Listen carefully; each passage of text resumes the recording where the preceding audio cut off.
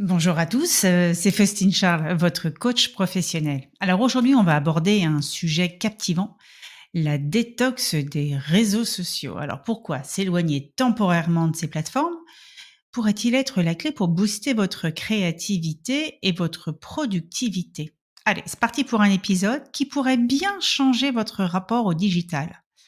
Alors pour commencer, déjà, laissez-moi partager avec vous mon expérience. J'ai moi-même décidé de m'éloigner des réseaux sociaux pendant 2 semaines et je sors tout juste de ce challenge. Alors, cette pause m'a offert un espace incroyable pour réfléchir, créer et me reconnecter à l'essentiel. Alors, c'était une expérience révélatrice qui a profondément enrichi ma pratique professionnelle et personnelle. Alors, pourquoi faire une détox des réseaux sociaux? Imaginez, vous ne publiez plus, donc pas de notifications, pas de scrolling infini, pas de comparaison avec la vie idéalisée des autres, ça fait rêver, non? Certains de mes coachés, moi-même, avons testé donc cette pause digitale et les résultats sont stupéfiants. Moins de distractions signifie plus d'espace pour ce qui compte vraiment, vos projets, vos passions, votre bien-être. Alors, les bienfaits, observez. Alors, quand on fait une pause des réseaux, c'est incroyable ce qu'on peut accomplir. Des projets reportés prennent forme, la créativité s'envole et on se recentre sur l'essentiel. On réalise vite en fait que le monde continue de tourner, même sans notre surveillance constante des flux numériques. Alors le piège de la comparaison, attention évidemment, c'est un aspect crucial, la comparaison sur les réseaux. Et oui, tout le monde semble mener une vie parfaite, sauf vous. Bah oui, parce que vous comme moi, si on regarde bien, on a une vie un petit peu de merde, comparée à, comment dire, à bon, peu importe, qui, vous avez bien compris. Bon, allez, c'est le piège un peu classique.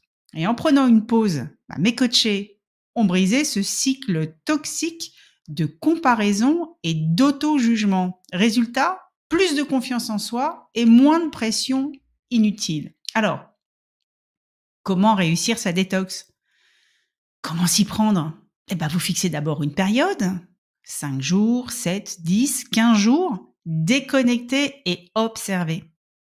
Vous allez remarquer, ce surplus de temps, ce calme, cette énergie retrouvée.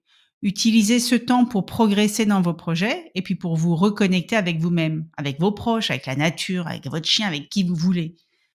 Qu'est-ce qui risque de vous arriver? Que du bon, parce qu'il est fort probable que vous aussi, soyez profondément ancré dans l'habitude de consulter sans cesse les réseaux. En une semaine sans réseau, vous allez peut-être découvrir le plaisir de lire. Vous savez, des livres avec des pages dedans et des mots les uns à côté des autres. Peut-être aussi le plaisir de vous balader, oui, parce que plus de temps. Oui, on va peut-être pouvoir sortir maintenant. Peut-être que vous allez renouer avec la peinture ou avec une autre passion mise de côté.